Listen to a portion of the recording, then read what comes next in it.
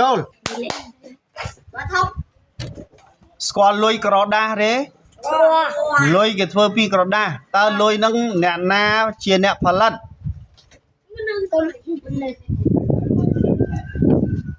ដឹងថាមនុស្សហើយឥឡូវអ៊ំម៉ាថាអាត្រីផលិតលុយមុំបើគេចាប់បាត់លើហ្នឹងលុយយើងចាយរាល់ថ្ងៃហ្នឹងមិនមែនបុគ្គលណាម្នាក់ផលិតតិចបើបុគ្គលម៉ាស៊ីនអ្នកផលិតម៉ាស៊ីនណាវាចេះផលិតតតែមនុស្សម៉ាស៊ីនអត់ចេះផលិតទេតមនុស្សជាអ្នកផលិតមកសម្រាប់ឥឡូវសួរថាអ្នកណាជាអ្នកផលិតអ្នកណាជាម្ចាស់លុយហើយអ្នកណាជាអ្នកផលិតលុយហ្នឹងឲ្យយើងចាយរាល់ថ្ងៃហ្នឹងក្រុមហ៊ុន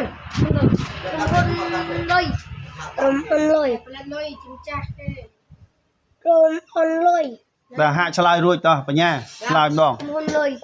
ក្រុមហ៊ុនលុយតោះផលិតกระดาษជូតមាត់អ្នកផលិតกระดาษជូតមាត់តោះបញ្ញាបុត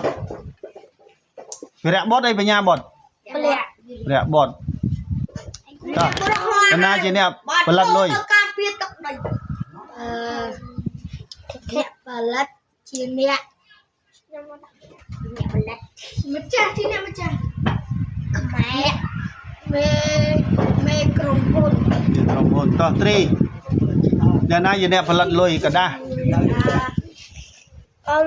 អូនញ៉ាំមកអូនតោះអ្នកណាអ្នកផលិតទាំងមនុស្សហើយតែស្ថាប័នណាជាអ្នកផលិតអ្នកណាជាអ្នកផលិតកោបាត់នោះកោវិញហ្នឹងឯងទៅកោហ្នឹងឡើយចម្លើយទាំងអស់សុទ្ធតែខុសឥឡូវខ្ញុំឆ្លើយណាអ្នកដែលផលិតលុយគឺរដ្ឋជាអ្នកផលិតអញ្ចឹងរដ្ឋចង់ចាត់ចែងនរណាជាអ្នកកាន់លុយជាអ្នកស្ថាប័នលុយគឺអ្នកអមថាអាមេរិករដ្ឋាភិបាលអាមេរិកជាអ្នកផលិតលុយអាមេរិក